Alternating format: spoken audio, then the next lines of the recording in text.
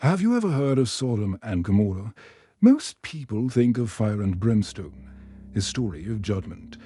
But what if I told you there's a fascinating backstory? A tale of war, kidnapping, and a heroic rescue that happened long before the famous destruction today. We're diving deep into the Bible to uncover the forgotten story of Sodom, a story that sets the stage for everything that comes later. This isn't just about sin. It's about kings, alliances, and a man named Abram, who you might know better as Abraham.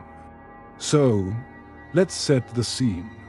Imagine the Jordan Valley, a lush, well-watered paradise. The Bible describes it as being like the garden of the Lord. This is where the cities of Sodom and Gomorrah were located, along with three other cities, Admah, Zeboim, and Sur. These 5 cities formed a powerful league, but they weren't entirely independent for 12 long years. They had been serving a powerful king from the east named Chedorlaomer, the king of Elam. Think of it like paying tribute to a much larger, more powerful empire. In the 13th year, the 5 kings of the valley had enough. They decided to rebel. King Bar of Sodom, King Bersha of Gomorrah, and the others joined forces to throw off the yoke of Chedorlaomer. You can imagine the tension building. This was a bold move, a declaration of independence. But freedom, as they were about to find out, often comes at a high price. Chedorlaomer wasn't a king who took rebellion lightly. He didn't come alone. The following year, Chedorlaomer assembled a massive coalition of his own. He brought with him 3 other powerful kings from the region, Amraphel of Shinar, Arioch of Elisar, and Tidal, king of Goyim. This was a super-alliance, a formidable army marching from the east with one goal: to crush the rebellion in the Jordan Valley. Their campaign was brutal and systematic. They swept through the surrounding lands, conquering tribe after tribe before setting their sights on the 5 rebellious cities, the 2. Armies finally met in the valley of Sodom, which the Bible tells us was full of tar pits. This wasn't going to be a clean fight. The kings of Sodom and Gomorrah charged into battle, but they were completely overwhelmed by the Eastern coalition. The battle turned into a rout. The armies of Sodom and Gomorrah broke and fled. In the chaos, many soldiers, and even the kings of Sodom and Gomorrah themselves, fell into the tar pits. The rest scattered to the mountains, leaving their cities defenseless. This is where the story gets personal. With the cities wide open, the victorious Eastern kings plundered everything. They took all the food, all the possessions, and all the people of Sodom and Gomorrah as spoils of war. And among those captured was a man named Lot, the nephew of Abram. Lot had chosen to live in Sodom because of its fertile land. But now his choice had led him and his entire family into captivity. They were being marched away as slaves, their fate looking incredibly bleak. But one person managed to escape the disaster. A survivor ran and found Abram, who was living peacefully by the oaks of Mamre. When Abram heard that his nephew Lot had been captured, he didn't hesitate. This is where we see the true character of the man who would become the father of nations.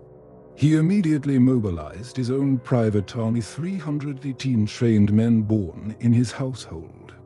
He wasn't a king, but he was a powerful patriarch. Abram and his allies pursued the victorious kings all the way north to Dan. Under the cover of night, Abram divided his forces and launched a surprise attack. He completely routed the 4 king alliance, the same army that had just crushed 5 other kings. He chased them beyond Damascus, rescuing not only his nephew Lot, but also all the other captured people of Sodom, their women, their children, and all their stolen possessions. It was a stunning victory against overwhelming odds. When Abram returned, he was met by 2 kings.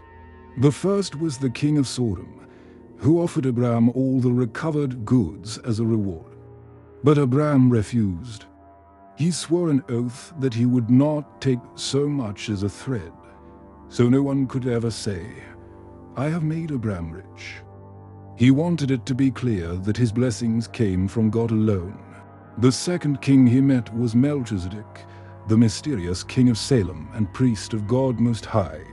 Melchizedek brought out bread and wine and blessed Abram, a profound moment that echoes through the rest of Scripture. So, this is the forgotten chapter of Sodom, a story of rebellion, defeat, and a heroic rescue mission led by Abram. It shows us that Sodom wasn't just a place of sin. It was a real city, with politics, wars, and people whose lives were turned upside down. And it reveals the courage and faith of Abram, who risked everything for his family. This event sets the stage for the later story of Lot and the city's ultimate fate, giving us a much richer, more complex picture.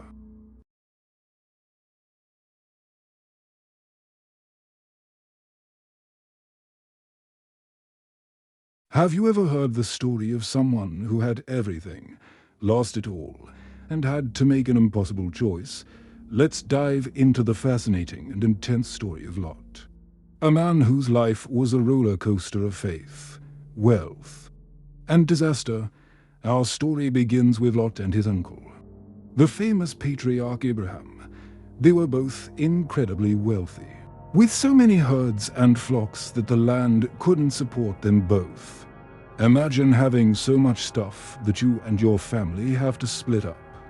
To keep the peace, Abraham gave Lot the first choice of land. Lot looked out and saw the lush, well-watered plains of the Jordan Valley, near the cities of Sodom and Gomorrah. It looked like a paradise, so he chose it and moved his family there.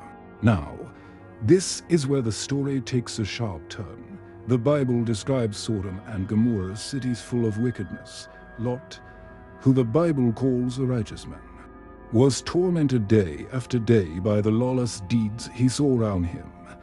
He settled near the city, then moved into it, and eventually even sat in the city gate, a place of influence. He was living in a place that was completely against his values, a daily struggle for him and his family. One evening, two strangers arrived in Sodom. Lot, showing incredible hospitality, insisted they stay at his house for safety. These weren't ordinary travelers. They were angels sent by God to see just how bad the city had become. It didn't take long to find out. That night, all the men of the city, young and old, surrounded Lot's house, demanding he send out his guests for them to abuse. It was a terrifying moment. Lot, desperate to protect his guests, went out and pleaded with the mob. He even made a shocking and terrible offer to give them his own daughters instead. It shows just how desperate and chaotic the situation was. The angels had to pull Lot back inside and strike the mob with blindness to save him. The angels then revealed their true mission. God was about to destroy Sodom and Gomorrah. They urged Lot, "Flee for your lives. Don't look back, and don't stop anywhere in the plain.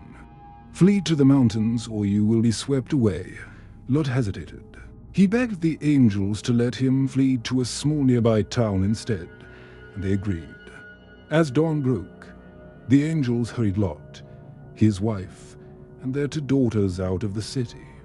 As they fled, fire and brimstone rained down from the heavens, completely incinerating Sodom, Gomorrah, and the entire plain. It was an apocalyptic scene. But in the midst of this escape came the most tragic part of the story. The angels had given one clear command: don't look back. Lot's wife, for reasons we can only guess, may be longing for the life she left behind. Her home, her friends disobeyed. She looked back and was instantly turned into a pillar of salt, a stark and haunting monument to the cost of disobedience and attachment to a condemned world. Lot and his two daughters made it to the small town, and later went to live in a cave in the mountains. He had lost his wife, his home, his wealth, everything he had built in the valley. He escaped with his life, but at a tremendous cost. The story of Lot is a powerful tale about choices. It reminds us that the company we keep and the places we choose to live can deeply affect us. It's a story about God's judgment on evil, but also his mercy in saving those who are righteous. It is a sobering warning about the danger of looking back and clinging to things that are holding us back. What do you think we can learn from Lot's life?